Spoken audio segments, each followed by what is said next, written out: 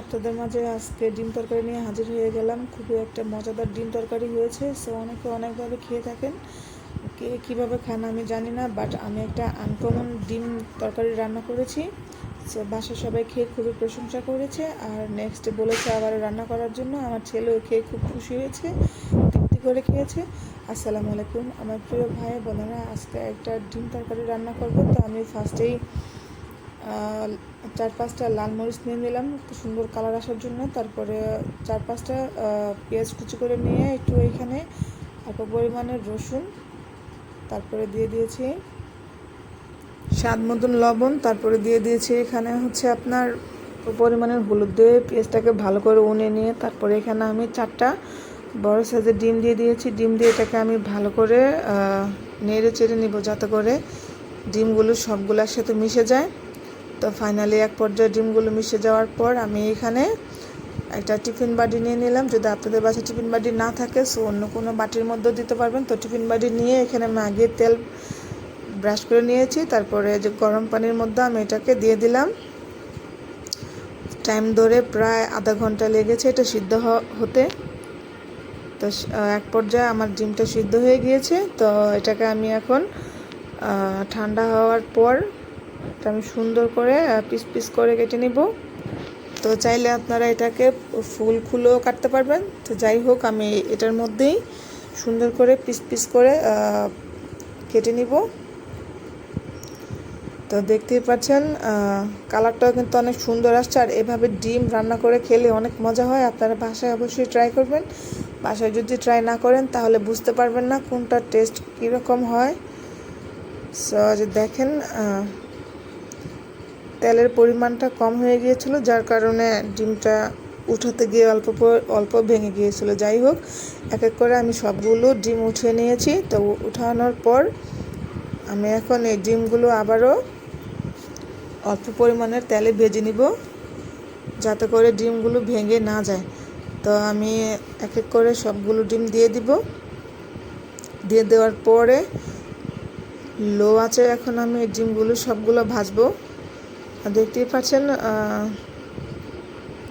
সবগুলো সুন্দর করে ভেজে নিব এখন, যাতে করে রান্না করার সময় না ভেঙে যায়। দেখতেই পাচ্ছেন সুন্দর একটা কালার চলে আসছে। তো এখন আমি সবগুলো ডিম এক এক করে উঠিয়ে নিব। উঠিয়ে নেওয়ার পরে এখানে আমি পেঁয়াজ আর হচ্ছে 2-3টা কাঁচামরিচ একসাথে ব্লেন্ডার করে নিয়েছি।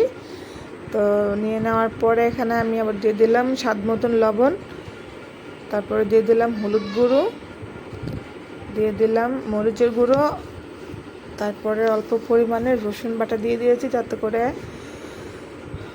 খেতে মজা হয়। তো দিয়ে দেওয়ার পর বিশ্বাস করবেন না, সুন্দর একটা গ্রান আসতেছিল। তো আর একটু টেস্ট বাড়ানোর জন্য আমি ম্যাজিক মশলা, যে কোনো তরকারি রান্না করার সময় মন দিয়ে রান্না করলে খাবার আরও সুস্বাদু হয়। যাই হোক, এক একজনের হাতের রান্না এক এক রকমের। তো কার হাতের রান্না কেমন জানি না, বাট আমার হাতের রান্না খুবই মজা হয়, সবাই খেয়ে প্রশংসা করে। তো এক পর্যায়ে এগুলা সিদ্ধ হওয়ার পর আমি এখানে মটরশুঁটি দিয়ে দিয়েছি। মটরশুঁটিগুলা ডিপের মধ্যে ছিল, যার কারণে এরকম লাগতেছে। যাই হোক, তা আমি এখানে অল্প পরিমাণ মতো পানি দিয়ে এটাকে আমি হাই হিটে রান্না করব। তো রান্না করার পর এক পর্যায়ে এটা বলক চলে আসার পর আমি এক এক করে সবগুলো ডিম দিয়ে দিচ্ছি। তো ডিমগুলো দিয়ে দেওয়ার পরে আমি এখন আবারও হাই হিটে 10 মিনিটের জন্য রান্না করব। আর কে কী রান্না করেন অবশ্যই জানাবেন, আর আমার ভিডিও আপনাদের কেমন লাগে সেটাও বলবেন। আর 10 মিনিট হাই হিটে দিয়ে দেওয়ার পর আমি এখানে আবার দিয়ে দিলাম ধনিয়া পাতা। আর এই ধনিয়া পাতা আমাদের নিজেদেরই লাগানো। তো ধনিয়া পাতা দিয়ে দেওয়ার পর আবার সুন্দর একটা গ্রান চলে আসছে।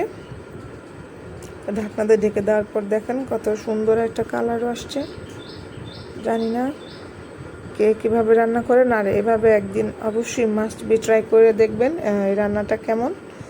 আপনারা বাসায় ট্রাই না করলে বুঝতে পারবেন না কেমন হয়েছে। আলহামদুলিল্লাহ, খাবারটা খুবই সুস্বাদু ছিল। তো নেক্সট আরও 4-5 বার রান্না করেছিলাম। সো আমার ভিডিও যদি আপনাদের ভালো লেগে থাকে অবশ্যই সবাই like, comment, share and subscribe করে পাশে থাকবেন। এই বলে আজকের জন্য এখানে ভিডিও শেষ করছি।